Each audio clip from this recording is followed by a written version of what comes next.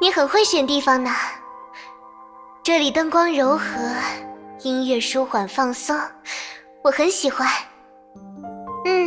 没错，甜点我也很喜欢啊。又有哪个女孩子能拒绝可爱的甜品呢？不过，比起美食本身，我更喜欢它附带的特殊含义。毕竟在我们的时代，只有特别的庆祝场合，人们才会大张旗鼓地精心准备美食。而且呀，这样的场合通常都会让人身心放松，有时候还会发生有趣的意外哦。比方说，我有一个朋友。当然不是啦，难道在你的心里，我是这么不坦诚的人吗？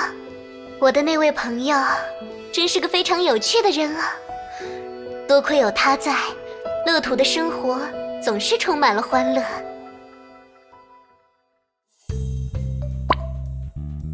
维尔维姐，怎么愁眉苦脸的？工坊好像遇到了惯偷，专家暴跳如雷呢。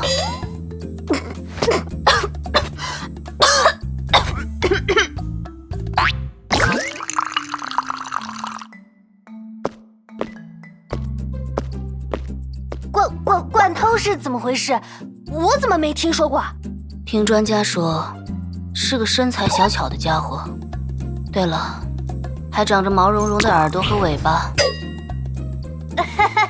维尔维姐，要不然我就先回。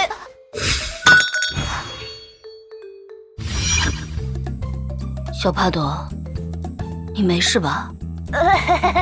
没事，我坐的腿麻了，活动活动身子。你的活动方式还真是挺特别的。对了，维尔维姐，你有没有闻到一股烧焦的味道？啊？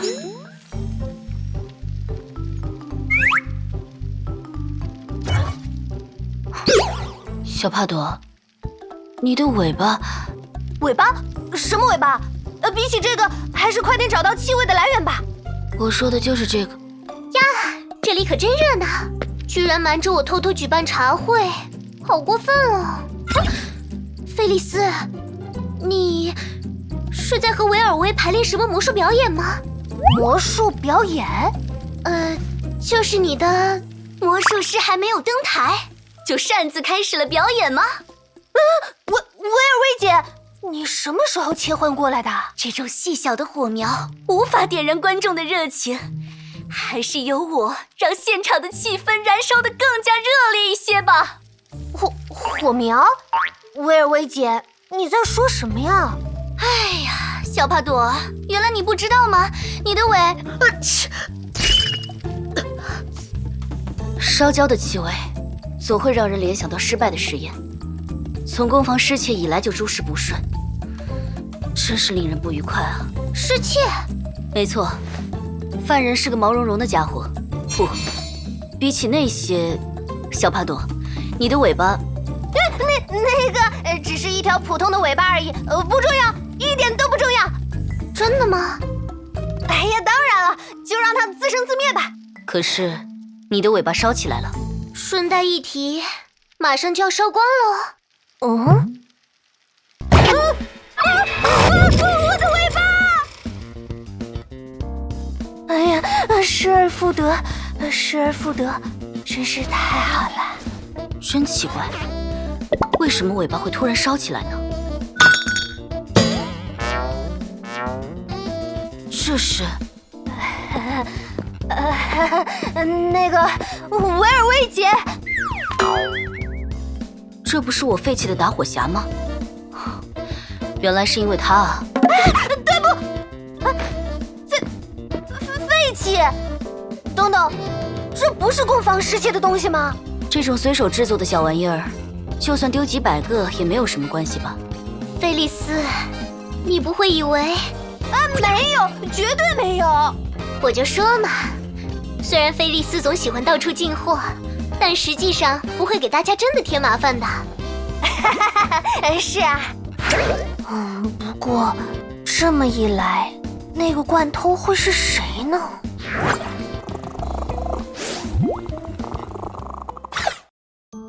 怎么样，菲利斯很有趣吧？他总是能给我们带来很多欢乐，是当之无愧的开心果。至于维尔薇，每一个他都很可爱。认识了他，你就认识了一群充满魅力的女孩。除了他们，我的朋友也都是些特别而有趣的人啊。如果时间允许，真想把他们都介绍给你啊。有看起来不好接近，实际上怀揣着一颗少女心的科学家，有感性又善良，可以共情每个人命运的知心姐姐，有沉默寡言却又敏锐细腻的绘画少女。除此之外，还有一位在我们那个时代举世瞩目的大明星呢。不但歌喉出众，对于艺术和美也有着非常独特的见解。唉，真可惜，他现在不在这里，否则应该会很开心吧。这里到处都充满了自由和梦想的气息，是孕育艺术的沃土呢。想要听听关于他的事，那就要讲很久了。毕竟少女们的故事就像没有终章的诗卷，怎么说都说不完呢。伊甸，我的脖子好酸呀。再坚持一下，艾丽，很快就要完成了。再加上一点舞台妆吧。珠光色的眼影怎么样？还有唇彩。哎呀，我总算明白了，为什么你对我试穿演出服这件事这么热情。在你看来，我根本就是一个等身的换装人偶嘛，还是特别配合的那种。那么我听话的人偶艾丽，可以让我帮你上妆吗？哇，真是让人心跳的发言呢，我的好伊甸。因为化妆是一件很隆重的事情，真的不试一试吗？说不定会有意外的惊喜哦。我想还是把这个惊喜留到以后吧，毕竟笑容才是女孩子最好的化妆品，对吧？好吧，真是拿你没办法。好了，来看看效果。哇，我可真是个难得一见的美人儿。这句话不是用来自夸的吧？有自知之明就是我最大的优点嘛。总觉得还缺了点什么啊。对了，这顶王冠。吉罗，你为何披服？是为月下之人加冕。没想到你还记得这句台词。毕竟是第一次观看大明星主演的音乐剧，我当然每个细节都记得一清二楚啦。还记得演出结束后，我们本想溜出去到附近的大众餐厅尝尝有名的冰酒，却被你的狂热粉丝当场认了出来，害得我们落荒而逃，酒也没有喝到，只能坐在公园的阶梯上，一边吹着冷风，一边分享小商店里的最后一瓶气泡酒。直到现在，我的酒柜上还有这瓶酒的位置。不过，无论怎么喝，总觉得差一点味道。那天晚上看到的星空，也是我见过的最美的星空。唉，可惜，那样的星空再也看不到了。伊甸，等到眼前的麻烦解决以后，再一起出去旅行吧。真的会有那一天吗？崩坏真的会结束吗？当然了，奇迹就是这样，只要你相信，它就会发生。你就当作是预支我一个愿望吧。好啊。那么，我要乘你上一次天空巡演的飞艇，还要乘能在银河里畅游的由云朵织成的巨鲸。好啊。这已经是童话的范畴了吧？童话一样的少女，当然要配童话一样的景象了。我的好伊甸，你不会拒绝我的，对吧？真是拿你没办法。好吧，虽然没办法让你乘上飞天的巨鲸，不过水中的巨鲸倒是可以试试。下次演出就定在金鱼号潜水游艇上吧。我的好伊甸，你真是太贴心了。毕竟这是你的愿望啊，就像你说的那样，只要你相信，它就会发生。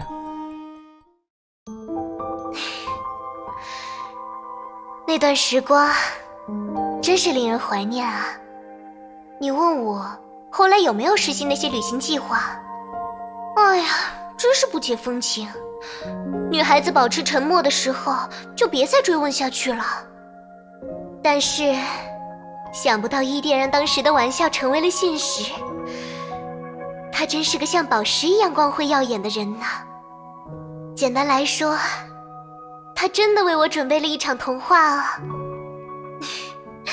完全是一副被吊起了好奇心的表情呀。那么就让我卖个关子，下次再讲吧。至于现在，来聊聊其他话题吧。好奇我的生活，我想想，这么说来，在烛火之鹅的每一天都很叫人开心，反倒挑不出什么特别的日子呢。既然如此，就从最平淡的一天开始讲起吧。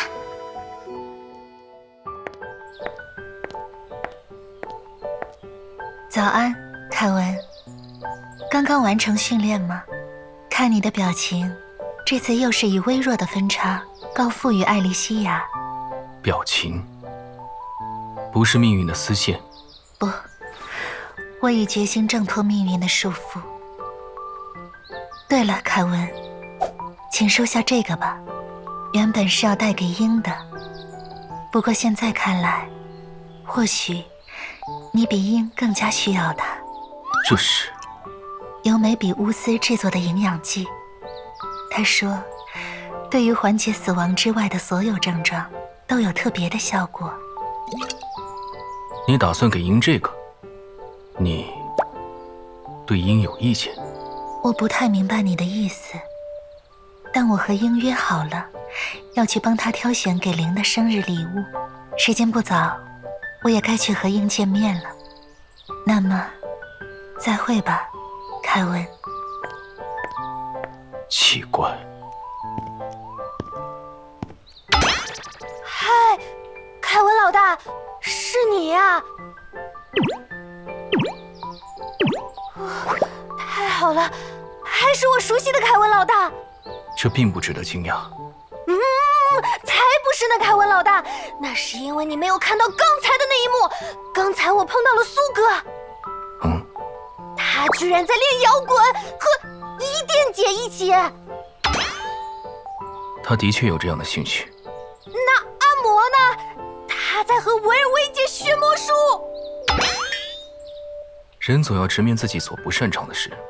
哎呀，还有啊，还有杰哥，他居然在帮蛇姐做手术。你没听错，凯文老大，他不是手术台上的那个，而是在地手术刀啊！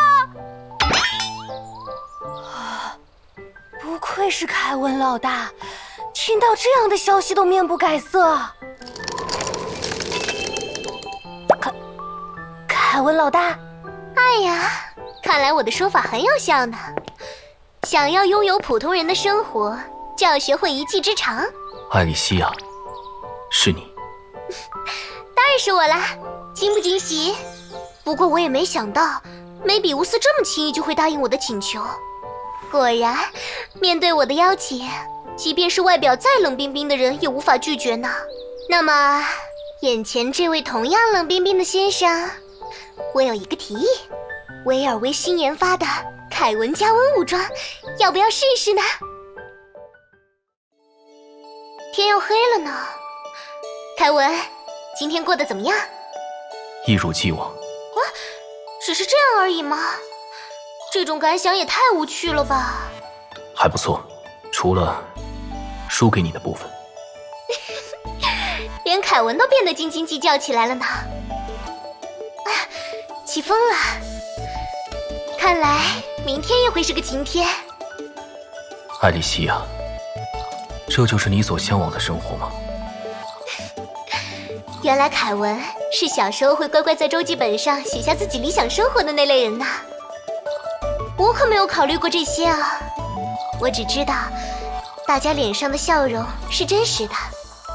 别再思考这些漫无边际的事了，总是揣着一肚子的忧虑生活，可是会少年白头的。这是天生的发色。总之，不需要考虑那么多，只要顺从自己的心就好啦。就像现在这样，平凡的一天，也不错呢。真是令人怀念啊，这样平凡而平静的生活。啊，你问我这些事是什么时候的事？其实，从来没有发生过。真是的，不要用一副上当受骗的表情看着我呀。像我这样善解人意又温柔体贴的女孩，怎么忍心向你撒谎呢？对吧？可是，那个时代就是这个样子。总是游走于危险之间，总是身不由己。即便获得了短暂的平静，也会很快陷入新的麻烦。在那样的情况下，这样风平浪静的生活，好像也是一件奢侈品呢。不过，这些故事也不算是完全虚构的啦。如果真的有一天，一切尘埃落定，他们一定会像这样生活吧。因为他们原本就是这样的人呀，即便因为种种原因变得不复当初，即便用冰冷的外壳武装自己，但是我见过他们最初的样子，也记得他们最本真的模样。所以当幻想，